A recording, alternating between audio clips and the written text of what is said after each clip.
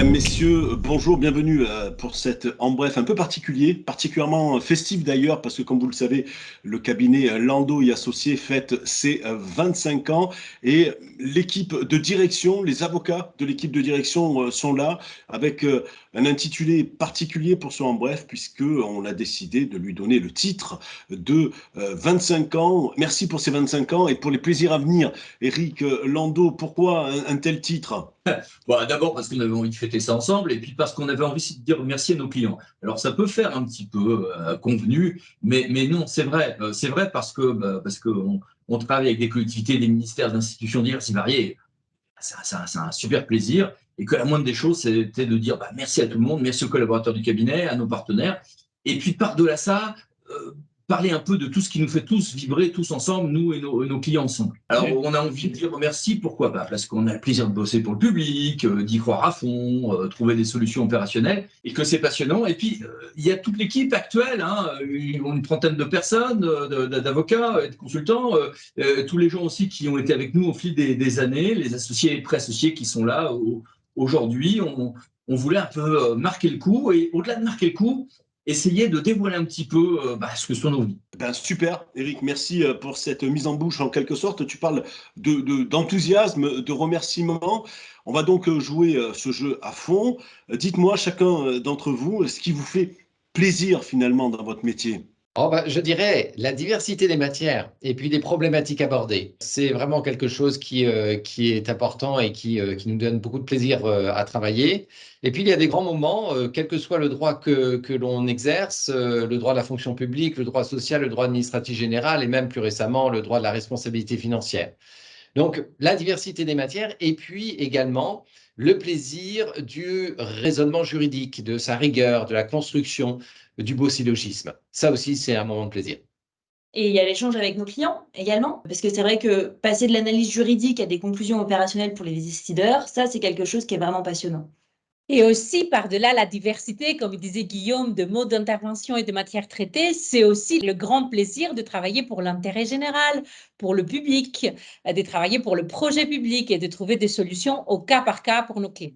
Sans oublier la tension souvent très forte, des enjeux importants, des rebondissements incessants qui créent un quotidien plus que stimulant.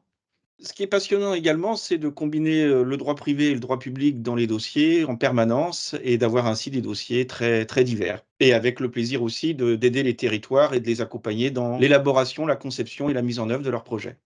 Oui, le grand plaisir, mais qui est aussi un défi, c'est de comprendre au-delà du juridique, c'est de faire l'interface avec le financier, le technicien, le politique, le gestionnaire. Ouais, et puis en plus, je dirais qu'un autre aspect qui fait que même au bout de 25 ans, il y a toujours un renouvellement, c'est qu'on est toujours sur des matières qui sont fluctuantes, ça évolue. Et quelque part, le maître mot aussi de notre activité, c'est on s'adapte aux clients, aux circonstances, au droit. Merci pour cette définition multiple du plaisir qui est le vôtre. Vous voulez dire merci à vos clients, mais merci pour quel type de relation? Comment vos relations justement avec ces clients évoluent dans le temps? Et certains clients deviennent des amis en fait, hein, et surtout la plupart deviennent des partenaires avec qui on travaille dans l'exigence, mais dans la confiance aussi, et l'échange bien sûr. Oui, c'est vrai. Comme dit Evangelia, au fil des ans, des relations se tissent avec les clients. Avec les anciens comme avec les nouveaux. C'est-à-dire qu'il n'y a pas non plus, évidemment, avec le temps, les liens se renforcent, mais l'échange, l'exigence, la compréhension mutuelle sont des aspects importants qui s'imposent pour que le travail ensemble soit vraiment efficace. Oui, et cette relation de fidélité avec les clients conduit d'ailleurs souvent à une forte implication dans leur projet. Mais derrière tout cela, il y a quand même un immense plaisir de voir les projets sortir de terre ou tout simplement de gagner les contentieux quand on défend les collectivités. C'est vrai, c'est d'ailleurs, je crois, une de nos marques de fabrique, hein, l'ADN du cabinet, que de ne pas écrire une note compliquée, absconse, qui n'aurait pas de traduction opérationnelle. En fait, vraiment, ce qui nous tient à cœur dans la relation avec le client, c'est la conclusion opérationnelle, c'est d'échanger avec eux et de leur offrir une réponse opérationnelle qui peut être mise en œuvre. Et cela change tout. Et c'est sans doute une des raisons qui explique la grande fidélité de nombre de nos clients. Et sur ce point, une nouvelle fois, nous tenons encore tous à remercier nos clients. Oui, on les remercie pour les échanges, hein, parce que Nous, on a des échanges entre nous, parce qu'on est toujours à plusieurs par dossier, au moins 2 sur chaque dossier. Et surtout, les échanges avec nos clients, parce que c'est intéressant, c'est quelque chose de très fructueux pour sécuriser le raisonnement juridique, pour trouver des solutions concrètes et opérationnelles. Au moment des anniversaires, en 10 secondes, on demande à chacun de résumer un petit peu un bon souvenir de travail. Vous avez la parole, allez-y.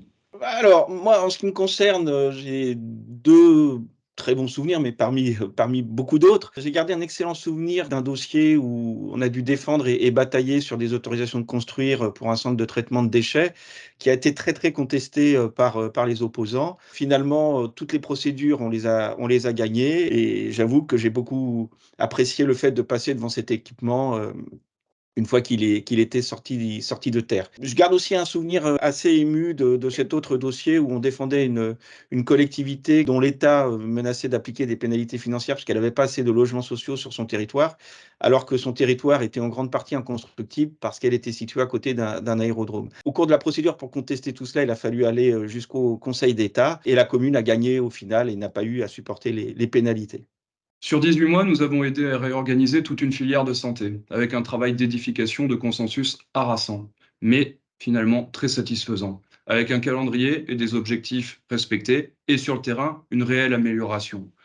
Dans un autre dossier, cette fois portant sur un contentieux de masse lié à la facturation d'un service public, j'ai été marqué par le fait que s'il fallait assurer évidemment sur le fond les intérêts du client, c'était en réalité sur toutes les conséquences qui en découlent qu'il fallait surtout accompagner la collectivité. Ce contentieux, en ce sens, a nourri une activité de conseil et a montré le lien qu'il peut y avoir entre ces 2 activités.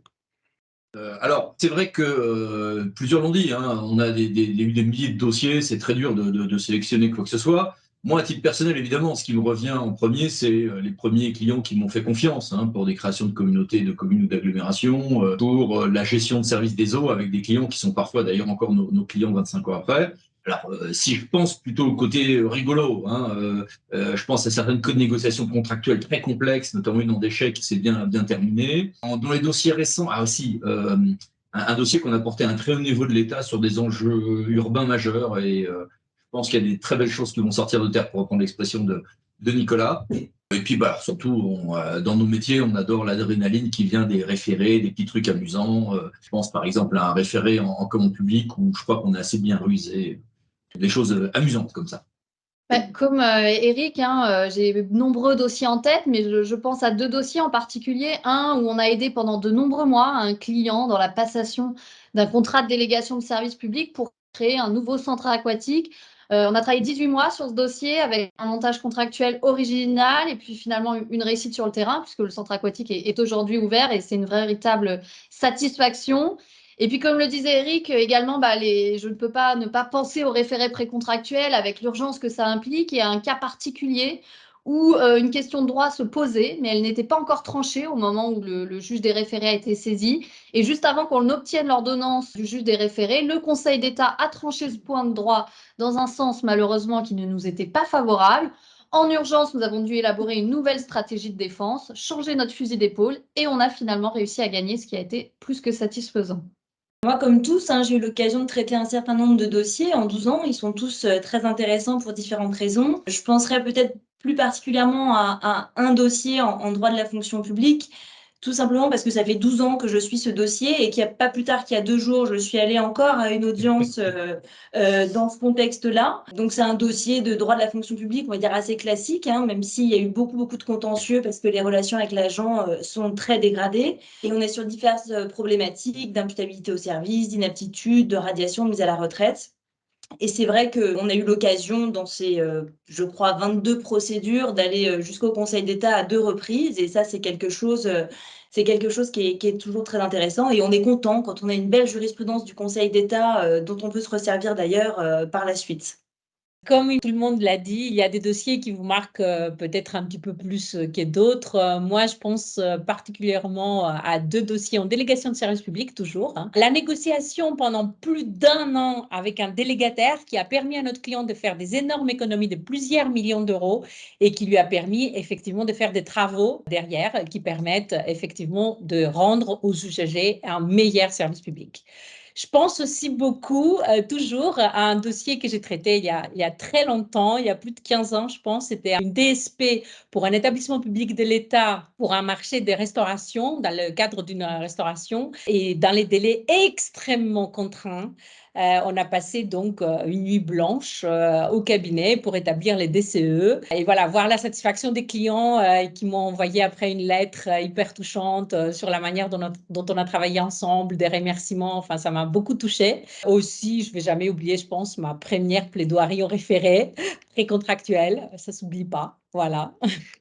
Ah, pour ma part, oui, il y a comme disait Nicolas, hein, il y a beaucoup de dossiers qui nous ont marqués, beaucoup, beaucoup. Et je vais peut-être parler simplement peut-être de 2 types de dossiers qui ont été marquants. Tout d'abord, les dossiers relatifs à la coopération locale, intercommunale, et ainsi que les dossiers relatifs à la gestion des services publics, qui ont des conséquences, hein, sur le personnel, et donc beaucoup de questions en droit de la fonction publique et en droit du travail. On a des dossiers qui sont souvent assez complexes, mais extrêmement intéressants à traiter. Et puis, la deuxième catégorie de dossiers, assez différente de la première catégorie, ce sont les dossiers relatifs à l'organisation du temps de travail. Et l'organisation du temps de travail est un droit qui est faussement simple. Parce que lorsque l'on veut mettre en place un règlement du temps de travail, on se rend compte qu'il faut d'abord beaucoup échanger avec le client pour intégrer les besoins et les contraintes du service, ou plutôt des services. Et c'est là toute la difficulté, c'est qu'il y a les contraintes se multiplient de manière considérable, et plus le client est un gros client avec beaucoup de services, et plus c'est compliqué. Il faut donc réussir à mettre en adéquation le travail juridique de la réglementation du temps de travail avec ces contraintes du service. Et lorsqu'on arrive à un résultat, c'est une grande satisfaction. Compliqué, hein, de répondre à cette question. Je dirais que quelque part, le meilleur souvenir, le meilleur dossier, c'est presque toujours celui sur lequel on est en ce moment, parce que voilà, on s'implique, on est dedans. C'est vrai que en fait, il y a tellement de dossiers différents, ils sont tous intéressants. C'est-à-dire qu'on aille d'un SRADET, des missions pour l'État, ou la création d'une crèche avec la mutualisation qu'on peut mettre en place pour une commune de 1000 habitants. En fait, tous les dossiers sont intéressants. Certains clients nous font confiance, comme des grands syndicats environnementaux, et c'est vrai que, en fait, c'est la fidélité aussi de ces clients-là qui nous honorent d'abord, qui nous rassurent aussi. Ça veut dire qu'a priori, on n'était pas totalement à côté de la plaque, puisque ça veut dire qu'ils sont contents. Et c'est vrai que il y a plusieurs dossiers comme ça où on a quelque part, on va dire, on a mouillé la chemise. C'est-à-dire que c'est tous ces dossiers-là où on va à la rencontre des territoires, où on rencontre les services, les élus, les agents, où on échange, on essaie de comprendre leurs problèmes, on échange aussi avec d'autres technicités, parce qu'il faut comprendre du coup les paramètres techniques, politiques, financiers. Et souvent, c'est ces missions-là d'immersion au sein des territoires qui sont comme celles qui laissent les plus beaux souvenirs, parce que souvent, on se dit au départ, oula, c'est pas gagné parce que soit une bonne partie des élus ne veulent pas du projet, ou en tout cas, il y a énormément de réserves, il y a énormément de blocages. Et puis, un à un, on construit avec les élus, avec les services, et on aboutit à leur solution à eux. Et c'est vrai que c'est l'aspect intéressant. Et c'est toutes ces missions-là de création de structure sont pour nous des missions qui sont vraiment, ou d'évolution de compétences, sont vraiment des missions qui sont vraiment intéressantes.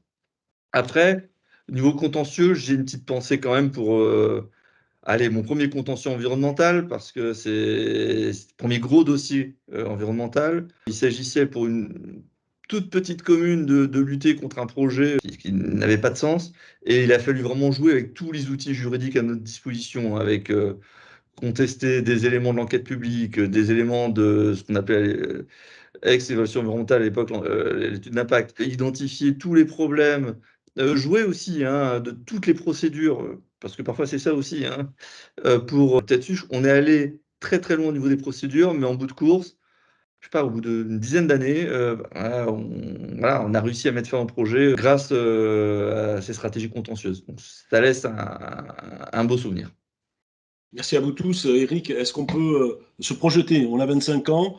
25 ans plus tard, c'est quoi le cabinet Landau et associé? À l'origine, c'était une aventure individuelle, et puis aujourd'hui, c'est une aventure collective, on vient de le montrer, et c'est une aventure collective avec nos clients. Enfin, je veux dire, il y a des tas d'avocats qui travaillent avec des gens qui ne sont pas des juristes. Nous, nos clients, soit sont des juristes, soit ont une culture juridique, et donc on est sur un échange beaucoup plus partenarial. Ça rend cette aventure encore plus collective. Maintenant, si on se projette dans l'avenir, On est en train de se réorganiser pour toujours mieux s'adapter et être présent sur tout le territoire national, hexagone et outre-mer. Mais c'est une organisation aussi pour être à notre petite modeste mesure, pour aider à la transition environnementale. C'est un aspect très important de nos missions, hein. Et puis, je crois qu'il y a aussi une dernière mission, hein, c'est de s'amuser. Ça fait 25 ans qu'on s'amuse. On dort pas beaucoup, mais on s'amuse beaucoup. Qu'on s'intéresse. Et d'abord pour ça, merci. Et puis, on essaie de s'organiser pour que ça continue avec le plus d'amusement et de... Alors, on peut parler de performance, de tout ce qu'on veut, mais s'amuser, s'intéresser à notre métier, c'est essentiel. Sinon, on le fait mal. Et je pense que pour l'instant, on s'amuse bien. Et pour ça, merci aussi. Voilà. Ouais, merci à vous tous. Ça s'est bien senti, en tout cas, que vous amusez beaucoup. Merci à vous tous et rendez-vous dans 25 ans, donc, en quelque sorte. Ça marche. À bientôt. Salut Stéphane. À bientôt. Merci.